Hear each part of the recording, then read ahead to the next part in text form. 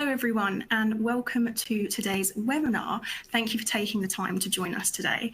My name is Beth and I am a conference producer here at SSON, and I'm really excited about this great webinar we all have planned for you today. As many of you already know, workforce-related challenges aren't going anywhere. Organisations continue to tackle obstacles surrounding attrition, recruitment and engagement as the current war for talent progresses. And with the rise of remote working, workforce visibility is more difficult than ever. So this webinar will give you all the insights on how workforce analytics could be your organisation's key to success. But before I introduce and hand over to our lovely speakers, I would just like to remind you all that the console in front of you is fully customisable. So you can maximise your view of the slides and the media player if you'd like to see anything closer or a little bit clearer. There's an attendee chat where you can pose your questions to our speakers, and we do encourage you to ask questions as we'll have some time reserved at the end of the session for a Q&A. It's not easy presenting online, especially when you can't see the audience. So we've included a little smiley face tab where you can send emoji reactions to our speakers. So please do so if you're enjoying the session or agree with one of their points. There's a question mark where you can see answers to FAQs. But if you have any other technical issues, you can message myself or my colleagues in the attendee chat and we'll do our very best to help you out. Next, there's a head and shoulder icon where you can learn more about our speakers and connect with them on LinkedIn.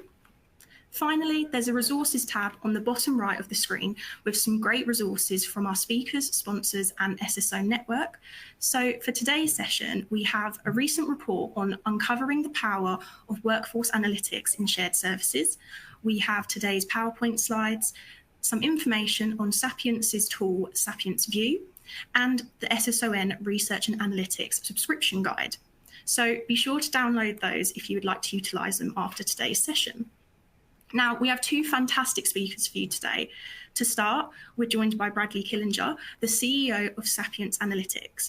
And Brad has been responsible for the organisation's global strategy for the last 7 years. With a passion for helping their customers succeed, Brad is the driving force behind Sapience's vision and business results. So welcome, Brad. Thank you for being here.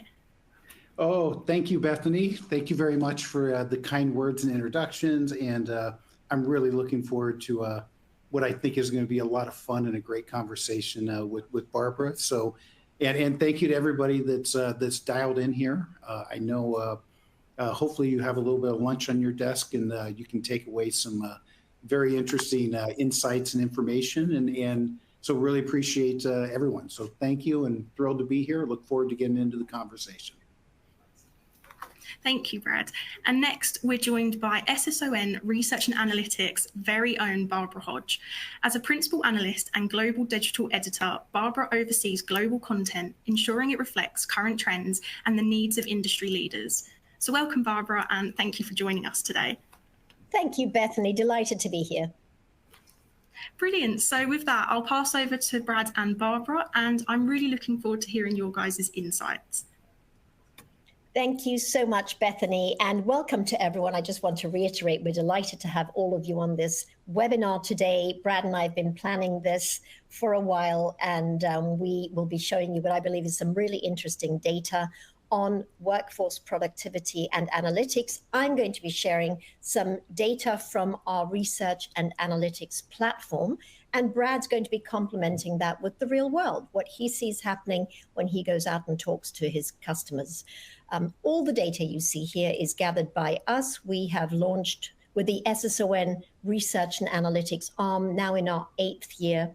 And the material that we gather online is subscription-based, and we offer benchmarking metrics, we offer research-driven reports, we offer advisory hours, location insights, and all manner of data that is relevant to shared services and GBS leaders as they lead their organization forward.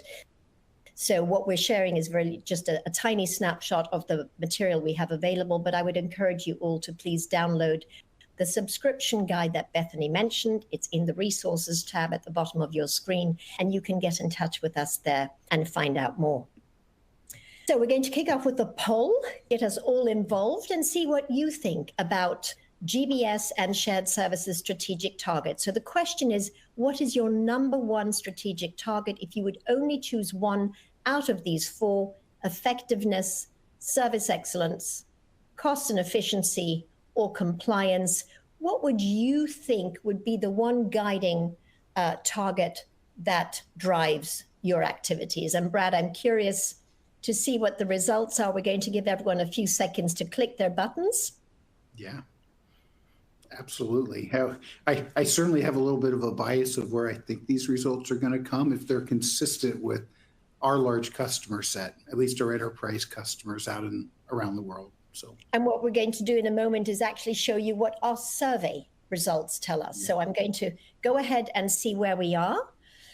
Cost and efficiency, Brad, 56% rounding up of the audience here says that's the number one strategic target. Number two is excellence. And number three is effectiveness. So great. Thank you very much for sharing that with us. Wow. And I mean, that came right in with where the results that you were looking at, that you pulled. And so, I find it really fascinating that, so we're hearing that's how I would have pre-answered right now, is that cost is taking on a whole new kind of, priority right now inside of companies. And I think one of the things that we should all come out of this call today is to understand, better how your company can really leverage strategic analytics, not just to answer the cost and efficiency part of this, but, service excellence, effectiveness, compliance. I mean, some of these areas that I think are really key to what you guys have pulled and what, companies are staring at. I mean, there's things like organizational capacity, the various, applications, I would say, software utilization, workforce effectiveness, training, retention, et cetera, that we'll get into as we get into this area. But a lot of those centralize around, I'd say, these key themes of policy and cost effectiveness. Absolutely. And the data from this group here is spot on with the market data. What I'm showing you comes from our annual State of the Industry survey. We had 400 respondents from around the world. And what you see here is the blue line, the blue bar, is the most recent data from the end of 2023, and the yellow is the year before. And what this tells us is, in order of importance, the strategic targets are cost, service excellence, effectiveness, and compliance. And we can see cost, for example, has jumped from 73% to 88%. We see a similar jump in service excellence from 60 to 71, and effectiveness jumped hugely, 35 to 66. And I think what really is impressive is the shift in compliance from 14 to 56. And what this really does, Brad, as you and I have discussed, is highlight the fact that the world's gone through some very intense years, some very stressful years. And we're not just talking post-pandemic, we're talking the inflationary environment, the uncertainty. And whenever there is uncertainty, there's a tendency to retrench. And whatever we may say about value, et cetera, the fact is it then comes back down to survival, which means cost and efficiency. Yeah. And yeah, I think, totally. One of the data points we didn't put on the chart, but I just want to highlight, is agility also jumped to 50% of respondents choosing agility, and that had been 34% the year before. So we can see there's a need to be responsive, to be able to react and adapt. There's a need to be cost effective, but still deliver excellent service. So Brad, to you, how do they do that? How do they do that? So, ultimately, and I think probably as we go into the next slide, and I have the benefit of knowing kind of what's being previewed, is it's interesting to me because if you look at, what everyone's saying are, hey, these are key priorities and how we're going to achieve it, but then they say, here's where we're going to make our investments. There's a little bit of a disconnect. And so I can tell you that one effective way for a number of these areas has been companies making investments into, hey, how do we harvest our own data, our data that we're generating on a daily basis, and how can we leverage that data to really drive different change inside of the business? So, on the one extreme is great. Let's figure out, do we have optimal capacity for what we need? That's a cost and efficiency play. The other side of that coin is, okay, how do I, use my own data and harvest that where, ultimately we can retain our top employees so that we don't have, large attrition problems. How do we even, identify where opportunities for RPA, automation, AI is coming down the road, so on and so forth. And so, I think something that's very powerful in here really has to do with this idea of being able to harvest your workforce data and really leverage that in ways to create competitive advantage for your company. And I think, Brad, you can really summarize a lot of that with decision support, right? Making the right decision on the basis of analytics. We happen to be talking about the workforce today, but you could be talking about an invoice processing workflow. It doesn't matter. The fact is, unless you have true data and it's transparent, you can't make the right decisions that minimize wastage and bleeding costs. Yeah. Let's talk about some of the tools that are being used to drive. We've seen now what the priorities are, right? The strategic targets. So let's now pivot to some of the tools. What are GBS and shared services planning to use to drive to get to their objectives? So we see the number one, and I love this chart because I think everything over the last few years has been pointing towards, let's get the house in order, let's get the shared services in order, let's make sure that delivering cost efficiencies is table stakes.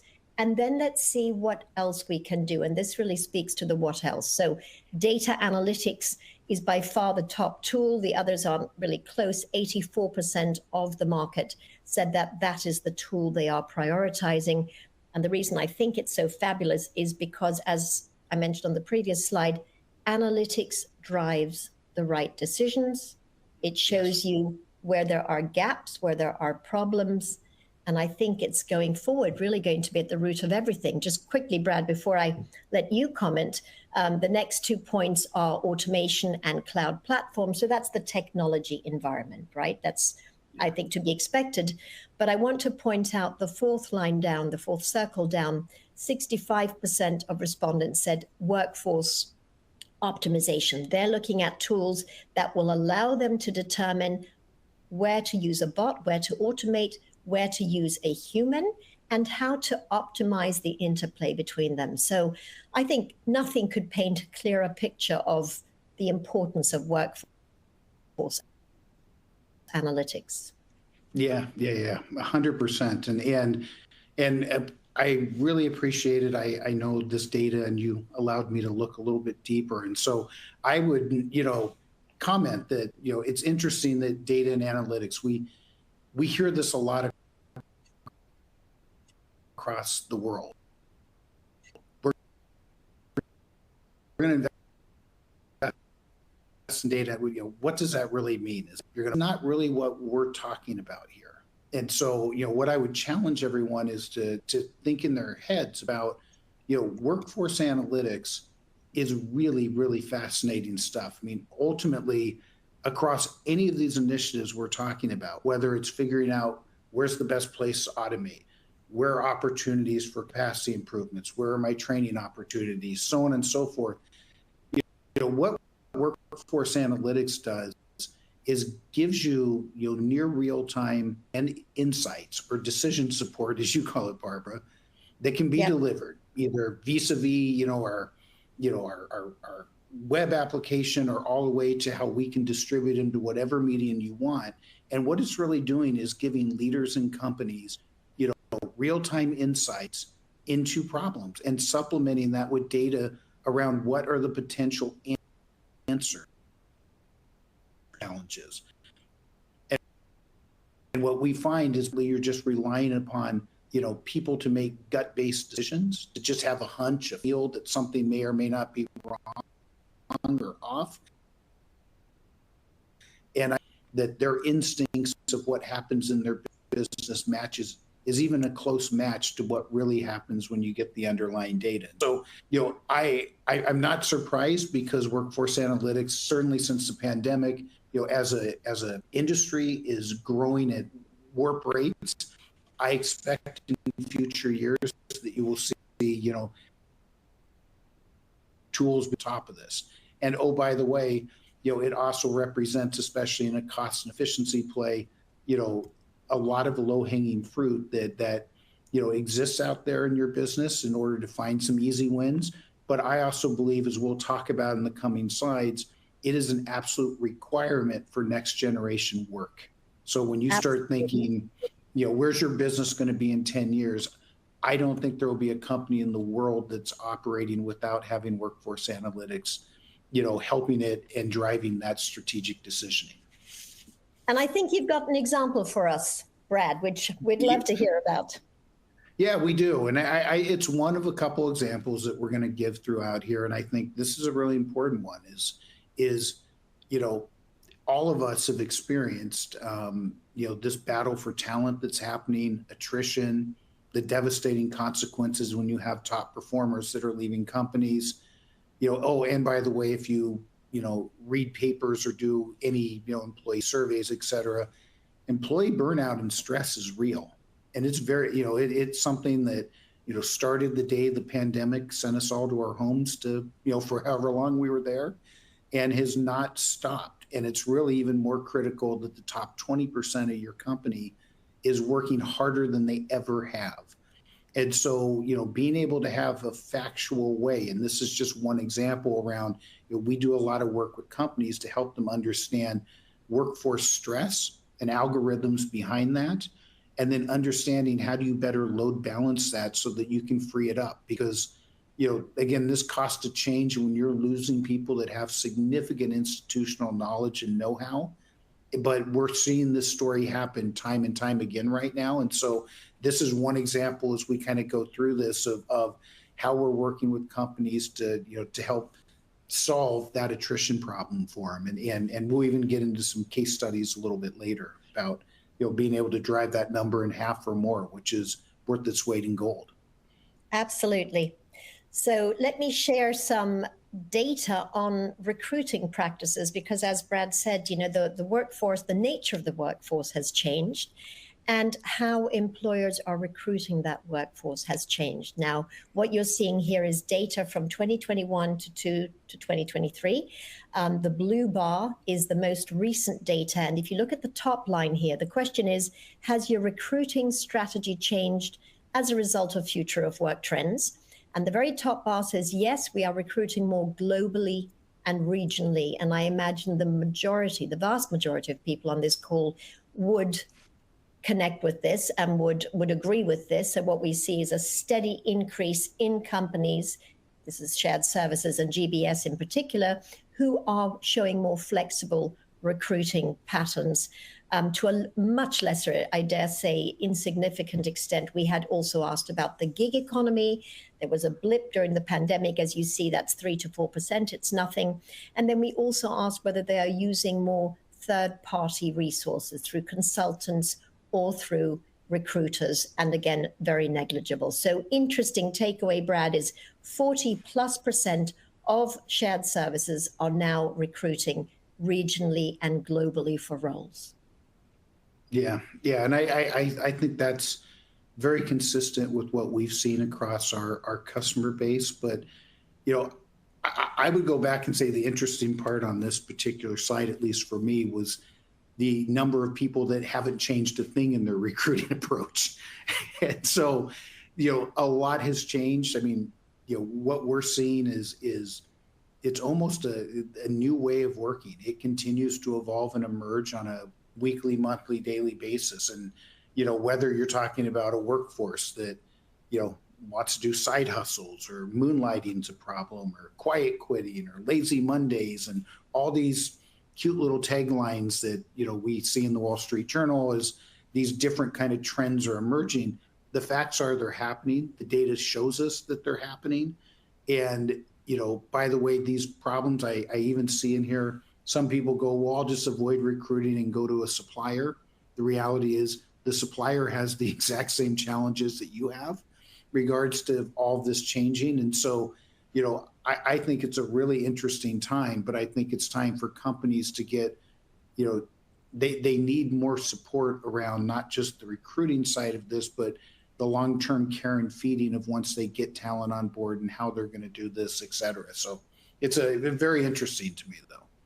Yeah, and I think the reality is you have a workforce that is no longer visible in the office at all times. The challenge, therefore, for managers is how do you know that they are still doing the work? I mean, that's in simple language what we're talking about. And Brad, again, you've got some examples for us. Yeah, yeah. Well, I mean, so when you look at the effective RTO for us, I'll give a couple. Is that one is I kind of chuckle for customers that aren't Sapience customers yet. Yeah, I have read in Wall Street Journal, these are well publicized things. I mean, look at what happened at Amazon or Facebook or different companies as they fight about this return to office policies.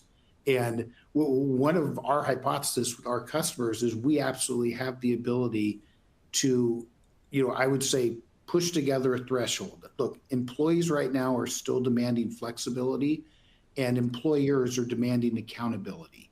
You have to have an ability to be able to bridge those two parties together to get everybody comfortable. That technology absolutely exists with regards to being able to showcase what happens when people work at home, what happens when somebody's in the office. And I could give you, two great data. I mean, we have influenced, one of the largest banks in the United States, has very comfortably been able to go from they started thinking we're going to do a 5-day a week, return to the office to now 2 days a week in the office and 3 days at home, which has been very much in alignment with what their employee population demanded. And so it's helped them enormously from both from a recruiting as well as from, limiting attrition. The second area, which is kind of a funny story, is one of our other large customers. They just had a hunch that everybody had to come back 5 days a week. And they ultimately were convinced to use our technology to help them understand what they found was actually their employees were giving more effort and more throughput while working at home than going to the office, which again, was able to create a very informed decision. And so it went from where the employee base was going, a couple of leaders in the company just don't trust us or don't believe it, to now you can have database conversations. We've also had customers where coming to the office has improved productivity. We're not biased one way or the other, but my point is if you're going to stand in front of your employees and tell them, here's our policy, you probably ought to have factual data to be able to support that hypothesis and let people really get their heads around of what you're trying to achieve. It exists today. And I believe as we continue to go through here, boards and everything else are going to start really demanding that companies can justify their decisioning around, return to office policies one way or the other. And Brad, the screen, obviously, it's small. There's a lot of data there. It's a bit hard to read. Just tell me briefly, what are we looking at here? What are the bars showing us? We're on the departments and teams effective for RTO and hybrid. Yes, sorry, and my eyes. It's so small on my screen too. I can't read. Okay. So. Okay. But basically, you're showing the red and the greens would indicate productivity or lack of productivity. And what this means is that managers can effectively monitor how well various folks are doing, whether they are at home or in the office. Yeah, it's in office and home. And so you can see, what's the effort? What's the total work day when they're at home or when they're in the office? What are the things they work at? And then we can break that down even further into what activities happen. Like we've had companies who have started saying, look, we're going to encourage employees to do these types of activities on their at-home days on Monday and Friday. And we're going to try to do different activities, Tuesday, Wednesday, Thursday. But in order to really get to the, to have that not just be an interesting talking point, you have to get to the underlying data and be disciplined about how you try to impact that change to get the work done, the when, the where, and how you want it. Exactly. I think this kind of transparency is really game changing. So thank you for that. So let's talk for a moment about the workforce that is coming into offices at the moment. We're looking a lot and talking a lot about Gen Z or Gen Z. And the question is, what is it that motivates them? I have two sons who fit into that demographic. I know what motivates them, and it's kind of what you're seeing on the screen here. Flexibility, i.e. the ability to work outside the office or remote. That is important for 3/4 of what we're seeing here is the data that shared services managers have given us. So 3/4 of them are saying that is what they hear, what they are seeing is important for that incoming demographic. And the other one I want to point out is the fourth one down, the ability to work the hours they choose, non-conventional hours, right? Nearly half of the respondents say this is a critical factor for this demographic. They may want to work late at night. They may want to have the mornings for themselves. So the question is, for an employer, how do you allow for this flexibility, and does it work for you? And for that, you need some kind of a visibility over work being done. Just very quickly, number 2 and 3 are culture and compensation and benefits. I always find it fascinating when compensation is not number 1. And again, I would say that I see that borne out in practice. And I think that's an incredible change. Brad, you and I were talking about, we've been working 30 years or so. Back then, this wasn't what motivated me. Yeah. So what's your comment on this, Brad? What's your comment? Yeah. Oh, I got great comment. All right. This is a fascinating area for us. Certainly running a global software company, we have to have proper resource pyramids. So I can speak from both our customers, our own business experience. We have to be able to effectively get, the next generation of workers into our business and making contributions. The pandemic created, and post-pandemic has created a very interesting paradigm that exists out there. One thing I would start off is you almost have to start at one part. And I know Barbara and I, we talked about this in our kind of prep and lead up. You have to absorb this for a minute. 55% of all Gen Zers polled say they have a side hustle. And if you don't know what a side hustle is, they don't call it a second job. So learn what a side hustle, that's their terminology amongst each other. It, in my world, means we have a second job. And I started my career eons ago at IBM. There is no chance in the world that I would have ethically or thought that having a second job was okay. We now have a generation of workers that think having a second job is fine. And odds are they're using your company in order to fund, their side hustle until they can get their side hustle big enough, because that's ultimately their real passion. And that goes into the kind of next area, which is around, hey, we want to be able to work remote. Well, clearly, if you're trying to juggle multiple things, you want flexibility. I think we also have a generation in Gen Z where, I applaud, I like you, Barbara, I have, 3 grown daughters that are out in the real world working, and you sit back and you go, I get it, like health, wellness, different elements of their life. They may not be as inclined as I was to take a job at IBM and work 20 hours a day. And, for the future, that's not the mindset that's coming out. And so, I look at it and say, we have had a number of companies specifically come to us to try to help address some of these challenges. One is around flexible daily schedules. And so what we have found, and I can give a very quick case study of, one of the large investment banks in the world, very interesting storyboard where, they had very high turnover and one of their reconciliation teams. And essentially what they were doing is trying to adhere to a 8 to 5 job, but the work actually didn't get done until 3 till 11 or 12 at night. And, that pyramid model insisted that people would come in and essentially give their life to watch carpet grow for the first 6 hours of each day in order to fulfill their idea of what a workday was, and then work them. And oh, by the way, heavy workload to do reconciliation work on Saturdays, almost zero on Mondays, the way the market or the trailing of the reconciliation happened. And so after getting our data and being able to look at it, they were able to take from what was, 90% attrition every 6 months and turn that, into less than 5% attrition by very simply adjusting, hey, we're going to have work schedules that reflect when the work needs to get done. And that was a very novel concept. But I think if you look inside your company, there are not very many places where accommodations like this have been made.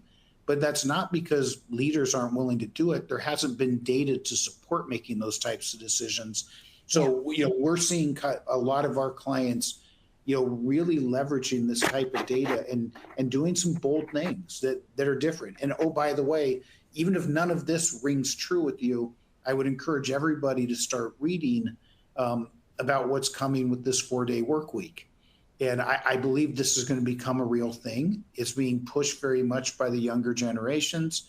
So, when you get even deeper into, if you're going to collapse 5 days into 4 days because there's only 4 days of work to do, that puts even a bigger premium on understand. You have to make sure those 4 days are highly productive and you're getting exactly what you need. And I think there's going to be trade-offs that are going to happen. And so anyways, a lot of interesting thing. This is a really intelligent, interesting generation. And I think they're going to change a lot of the norms of what we think are in the business side. And companies that are being proactive and trying to understand that and work towards that are going to create huge competitive advantage for themselves in the coming 5, 10, 15 years. Yeah, we've had some comments on just the stress that employees are under today. And I think it's really worth reminding ourselves of the fact that it's become a very stressful environment in very many ways. One thing I wanted to point out is the tech-enabled work environment. Nearly half of the respondents say that's a really critical offering for the incoming demographic. And what that means basically is no one wants to work today in manual, cut, paste, transactional type of work. Incoming demographics are expecting, they're digital natives. They expect the work environment to operate as their smartphone does. And I think that's actually putting a lot of pressure on companies. Yeah, totally. And interesting, just thanks, Bob, multiple schools in the state of Iowa have announced a 4-day school week starting next fall. Employers may have to follow. I had not heard that, but that is really interesting. Let me move forward in the interest of making sure we cover all the data that we have to share with you. Let's talk about attrition, because you mentioned, Brad, earlier on the costs to an employer of knowledgeable staff knowledge working out of the workforce because they don't like the current environment, because it's not working for them, etc.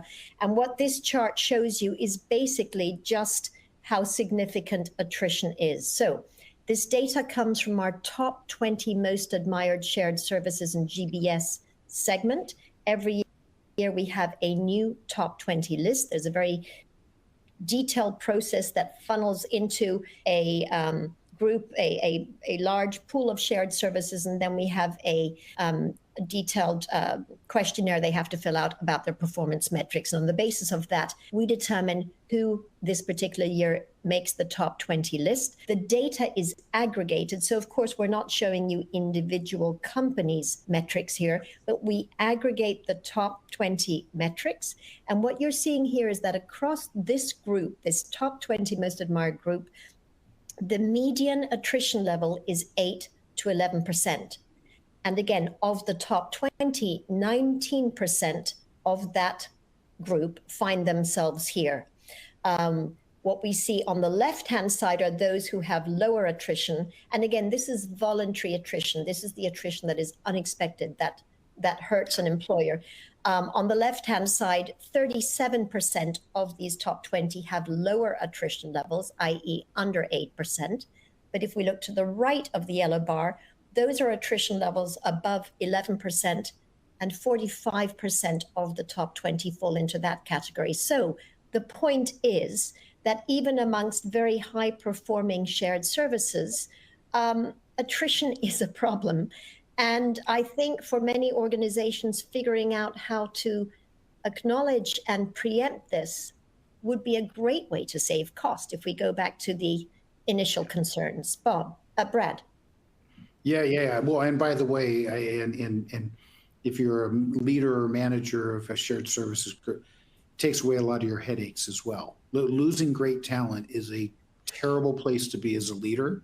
And so I know in the interest of time, I could spend all day. We have a number of our customers who are leveraging our platform, our data, in order to get very proactive around this. And the results have been stunning. We've seen attrition rates cut in half, if not more, across a number of our large enterprise accounts.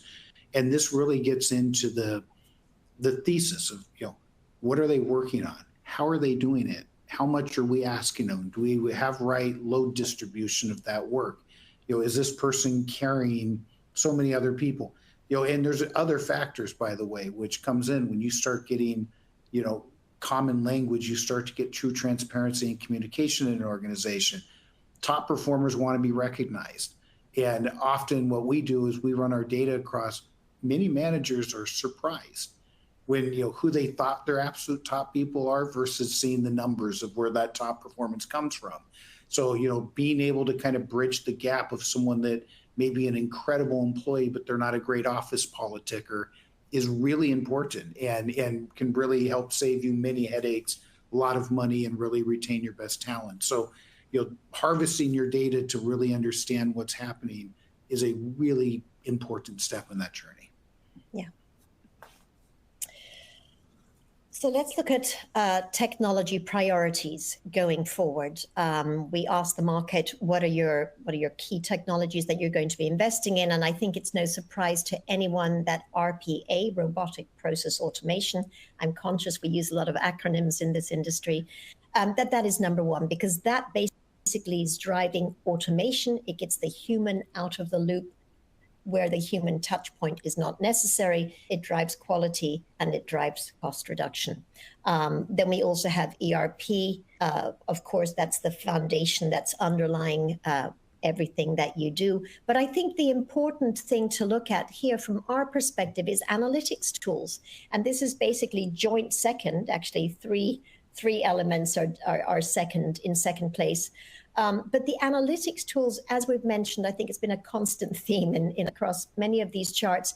This is what organizations want to invest in because they recognize that transparency through data, that the ability to drive better decision-making through data, and that simply understanding where their problems are, again, through data. That is going to be the solution. That's kind of, from my perspective, I think it's a little bit of a silver bullet in the year ahead. Brad. 100%. So, we always want to see workforce analytics.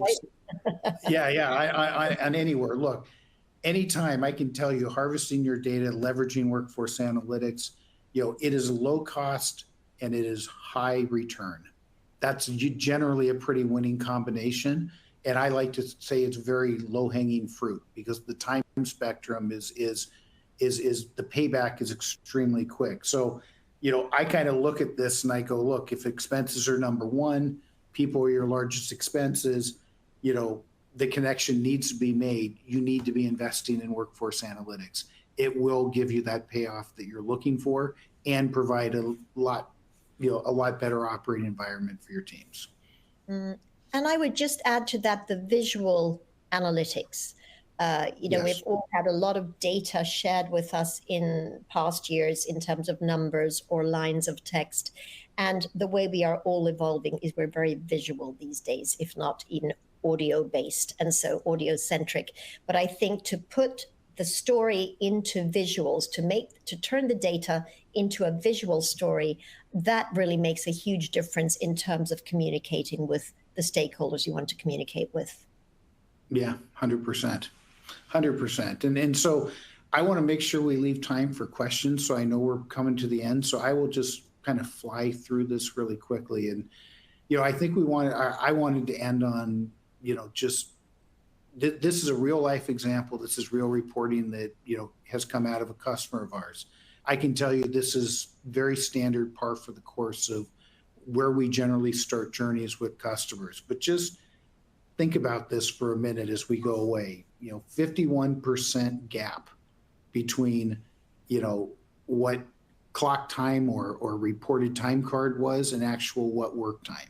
So on average, we probably see most of our customers, their employees are working 4-ish hours a day. So there's inherently a lot of capacity in there to be able to grow or redeploy resources. The other part, which is really interesting to me, is around our top and 20 and bottom 20%. So what we see consistently across our customer base is, your top performers are going to be anywhere 7 to 8 hours a day. They're doing core work for you. You're very happy with that. But your bottom 20%, this is actually a better customer where, 2 hours a day, we've seen it far less than that. And so there's a real problem between, and when you think about some of the components of attrition and people getting frustrated is, often it's top performers are like, why am I carrying the water for everyone else? And generally what you see is that middle 60% is you say, look, these are people that are really here to try to make a great contribution to us, but there's something missing. There's training, there's process. And through the data, you can easily understand, get those insights, and take proactive steps in order to improve it. So that I just wanted to touch on this one. And then I think the last slide for us, which is kind of key takeaways for us, and then we can get to questions. Yeah. And Brad, if I can just, anyone who does have questions, now is the perfect time to type them into the attendee chat box, because we will see them, and Brad would love to answer any. So Brad, please. Yeah. So the final takeaways I would just say to everybody is one, we're talking about harvesting your own data. You're producing this data. You own this data. This isn't make-believe or supplemented data. But I'm telling you, by harvesting that data, it can drive transformational results. Secondly, change your mindset. My advice, data is a strategic asset that is worth tens of millions of dollars to you. Third, your workforce data can do a whole lot more beyond just figuring out capacity, but attract, retain next generation talent, provide a very interesting platform for next generation work. This is low-hanging fruit. It exists. You're producing this data every day. We just have figured out how to get it to you in a cost-effective, high-value way. And then, ultimately, if you're interested in this, engage Sapience. We'd love to talk to you. So that will be my one little plug. So please reach out to us, and we work with customers around the world on this. So with that, I'll be quiet, and let's see if we can't get a few questions in. Perfect. So we do have a question, but I'm going to ask Kerry to retype it because it's a little bit unclear for me right now. And while Kerry does that, oh, here we go. What does the software mean for determining, what does the software need for determining productivity? I'm not quite sure. There's a little typo there, Kerry. But Brad, I think the question is, in order for the software to determine productivity, what is it looking at? What are the inputs? Well, the original inputs on day one is all around activity. So in 15-second increments of understanding what work's getting done, where it's getting done, how it's getting done. And then over time, we have a whole integration framework inside of the platform. So then what we start to do is we actually will compare and contrast, doing the effort to output analysis, so you can actually get to real productivity of, hey, Barbara worked 7 hours and produced 7 widgets, or whatever that metric is. And so we do that integration with Salesforce or ServiceNow or different platforms. So it's evolving. I mean, so step number one usually is, hey, let's get workforce analytics and understand who's doing what, where, and how. And once you get to that, then we have customers where we get quite advanced in terms of, okay, now we understand like our capacity and what that looks like, where are the areas we can improve on that, and how do we get much more advanced looks. Every company has a different definition of productivity, so we work with our customers to define what that is, even define what your right target days, how much time, and what constitutes core work time, so on and so forth. We work with customers to set that all up. Perfect. And Brad, maybe you could squeeze a really short answer on, we had a comment on AI. Of course, we can't have any discussions on productivity without AI. So do we need to upskill the workforce on AI? How is that going to make itself felt in terms of the productivity we've been looking at? Well, it's going to change everything. I would love to sit here and tell you I know that answer. We don't. What I can tell you is, we as a business are, working diligently right now to get, a piece of AI out. We think what it means for our company right now is going to be, giving a digital assistant that can even scour this data more than what we do in our BI engine today, to get insights faster and easier to end users who then can act upon those should they choose to. And so I think AI is going to change everything. I think we're still figuring out what that means. But even in how solution information work is done, it is going to start to make that, and we're evolving like everybody in real time right now. Exciting. I do see one that says keystroke measuring. We do not keystroke log. We don't screen scrape. We do none of those, none of that. When I say 15-second increments, we do have a collector that's in the environment. It has no idea what you're typing, what you're looking at. What it knows is what either active windows or active applications that you're using. And so we have no interest in understanding or seeing like your emails. We don't care if you go to your banking site to pay a bill or something. That's irrelevant, but it's really about understanding just during an 8-hour day, what does somebody do? And so we have a very strong commitment to privacy. And we've been thought leaders around there. We have deployments across Europe. We're e-privacy certified, et cetera. And so what we're doing is, no interest in being Big Brother here. This is something different. Brilliant. Thank you guys for all those insights and all that lovely data that you've chocked into this 45-minute session, but unfortunately that does reach the end of our time. So I just wanted to thank Brad and Barbara again for joining us today. And if anyone does think of anything else they'd like to discuss or ask about workforce analytics, luckily for you, this is just one of 3 of a Sapience webinar series that we are doing this year. So watch this space. So thank you again, Brad and Barbara. Thank you very much. Thank you very much. Enjoyed it very much. Bye-bye. Bye, everyone. Thank you.